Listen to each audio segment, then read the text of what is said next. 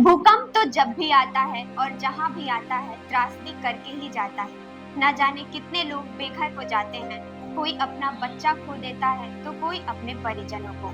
ऐसे ही भूकंप की एक घटना 19 सितंबर 1985 में मेक्सिको सिटी की मिचोआकेन के तट पर आया। अगर आप भी इस पूरी घटना को जानना चाहते हैं तो बने रहिए हमारे साथ। स्वागत है आपका जनदर्पण न्यूज के दिन विशेष कार्यक्रम में। मैं हूँ कंचन। हम रात में अक्सर सोते समय सुबह उठकर क्या करना है क्या नहीं ये सोचकर ही सोते हैं। लेकिन क्या हो अगर आंख खुलने से पहले हमारे सपने ही नहीं सब कुछ बर्बाद हो जाए। जी हाँ, 19 सितंबर 1985 को मेक्सिको की सुबह भी कुछ ऐसी ही थी, या यूं कहिए इससे भी भयानक। सुबह के 7:19 हो रहे थे। लोग रोज की तरह सुबह उठ के अपने अपने काम में लगे थे और कुछ लोग तो सोए हुए भी थे। और अचानक 8.1 मैग्नीट्यूड का भूकंप आता है और सब तबाह कर देता है।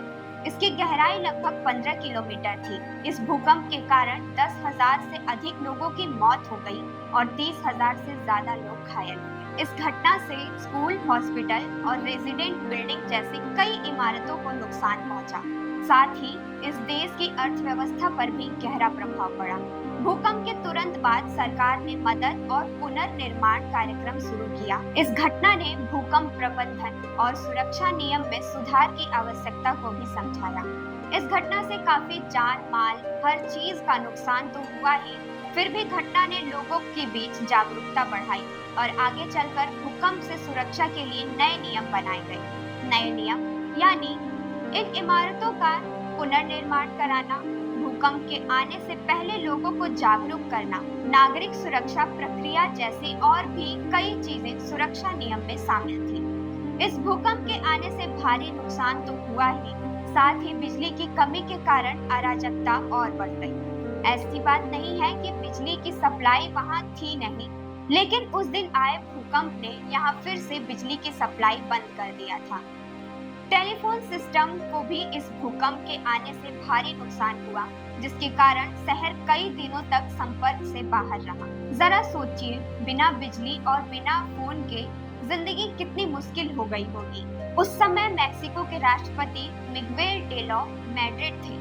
देखा जाए तो ऐसी कंडीशन में आपातकालीन योजना लागू कर देनी चाहिए, पर राष्ट्रपति और सलाहकारों ने राष्ट्रीय आपातकाल योजना को पूरी तरह से लागू करने से इनकार कर दिया था।